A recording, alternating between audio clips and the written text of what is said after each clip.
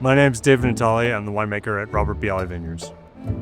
Wine was always on the table for my family. My father being Italian, wine was just part of the meal. Eventually, though, actually getting my hands into it, it was the process that drew me in. So a friend had a small winery over in Sonoma County, and after college, I had the opportunity to help them out for some bottling. Saw a bottle come off the bottling line and said, oh, well, I actually had a part in that, and that was really intoxicating.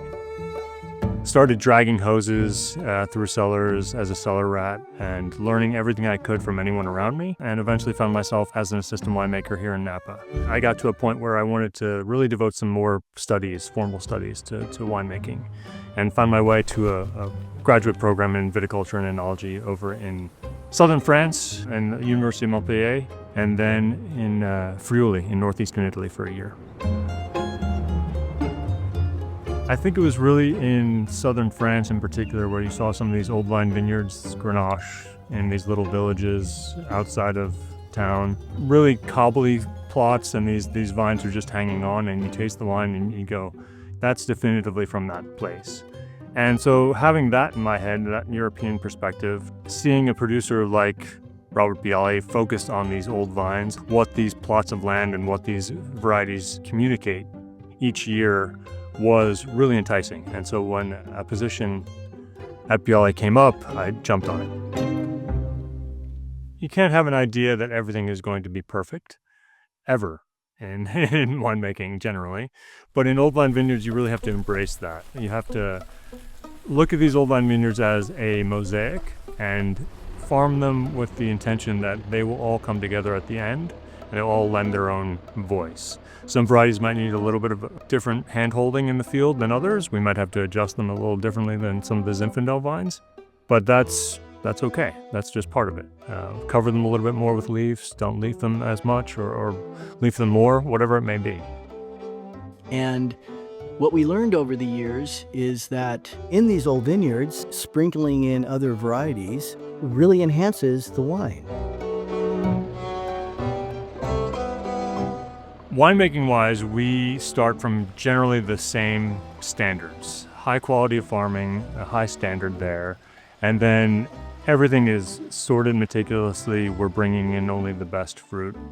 It's really walking a site, seeing what it does, taste it, and getting a sense of where the land is and how the vines present themselves there, that we can make decisions in the cellar that make these minor deviations from the standard to really hone these into their own single vineyard and expressions.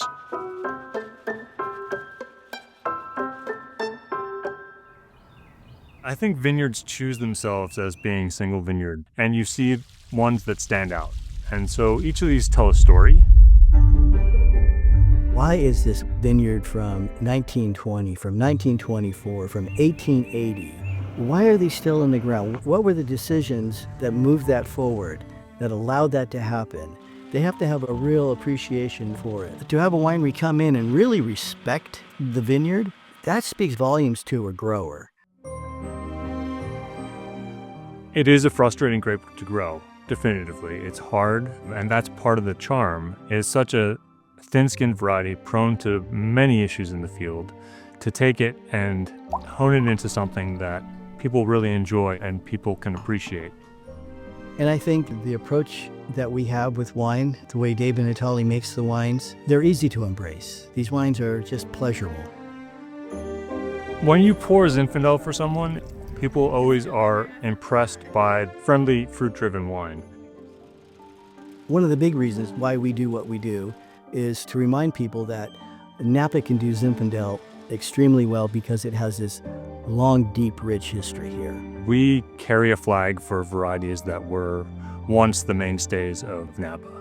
I really hope that when people enjoy our wines, they have a sense of the heritage of these vineyards, the heritage of the family, the story there, and also just shine a light on what Napa can do. We hope that they see that we have passion for not only the Napa as we see today, but that we have celebrated Napa as it was, the way I grew up. I hope they see the whole picture and not just the glass of wine. When people are drinking our wine, they're having these same memories, and they're connecting with the stories behind the wine. The whole cycle allows these vineyards to stay in the ground and these stories to remain and still be told.